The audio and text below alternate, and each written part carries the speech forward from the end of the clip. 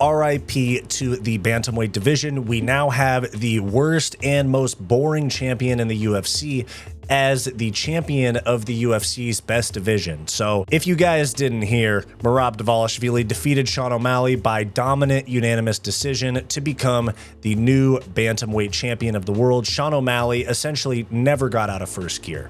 Today, I'm going to do a post-fight reaction and breakdown to O'Malley versus Dvalishvili, and I'll let you guys know what I thought about the fight. Stick around to hear my thoughts on the main event of Noche UFC. I'm Wyatt. This is Fight Society. Before I get into the video, guys, please make sure to like, subscribe, become a channel member if you'd like some extra content, all that good stuff. So thank you for that. Back to the video. All right, guys. So the main event of UFC 306, also known as Noche UFC, took place last night. Sean O'Malley lost by unanimous decision to Merab Dvalishvili. Two judges actually gave the fight 48-47 to Merab, which means O'Malley got 2 rounds on a couple of judges' scorecards, which I think is absolutely insane. I picked O'Malley. I wanted O'Malley to win, and still I thought that this was a very disappointing performance. I thought he lost all 5, maybe 4 rounds. You maybe could give him 1 round. He got dominated.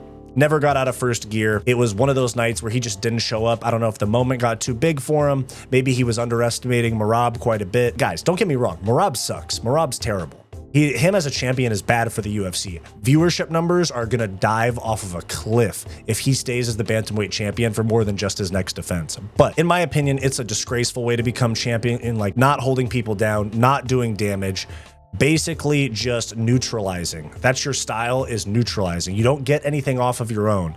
You're just making it so that the other person can't do anything, which is a boring and disgraceful way. Like even Umar throws some exciting strikes. Even Umar can complete takedowns and hold people and fight through adversity to potentially get a submission. Merab dominated when he was moving forward.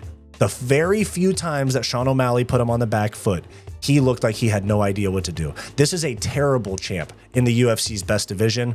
This is a fraudulent champion. I don't mean to be too hot about it, but and I'm not even the biggest O'Malley fan in the world, even though I picked him. Personally, I think it's bad news for the UFC to have somebody like Merab as champion.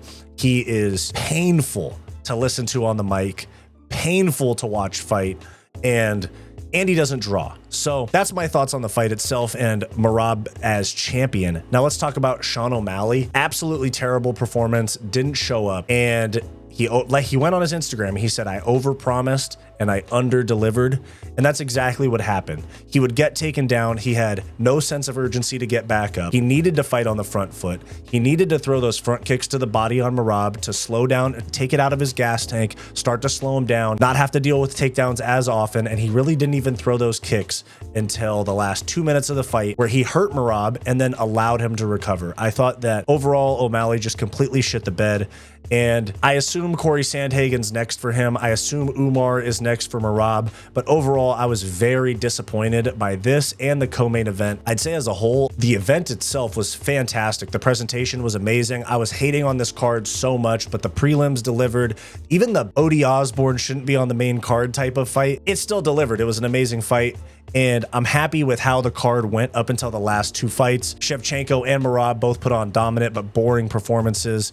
And I feel that the crowd was definitely leaning towards O'Malley. And then obviously Alexa Grasso, with her Mexican heritage, the crowd was pulling for her. They both lost. And I think that this was a little bit of a flop for the UFC. I think they did very well in terms of production value. I know it was a one-off thing and the production was a big part of it. When you think back on events, when you think back on big fights, big cards, 205, 229, how often do you remember the prelims? You think Conor became double champ and they went, yeah, but that early prelim was sick. What really matters in how a card gets remembered is the main event, maybe the co-main event, but basically the title fights. And this was not a card to be remembered. I'm telling you, this one is going to be long gone from our memories. I mean, unless Merab tortures us with a long title reign, this fight's going to be gone from our memories. This event's going to be gone from our memories very, very quickly. So we have Alex Pereira coming up in about 3 weeks. Then we have Holloway Topuria on a stacked card. Then we have Jones versus Stipe with Oliveira Chandler as a co-main event. And then we have December, and then we might have a big Saudi Arabia event in January, potentially Conor in January or February with a new opponent because Chandler's booked most likely. So this card is going to disappear on us very quickly. I think the UFC didn't learn their lesson, and they're going to continue to give us undervalued cards, and I don't like it. But Sean O'Malley is going to need to take a trip to Dagestan, and he's going to need to learn to I thought Sean O'Malley had that dog in him after the Peter Yan fight, because that was a tough fight, but he quit in this fight, and Merab does that to everybody.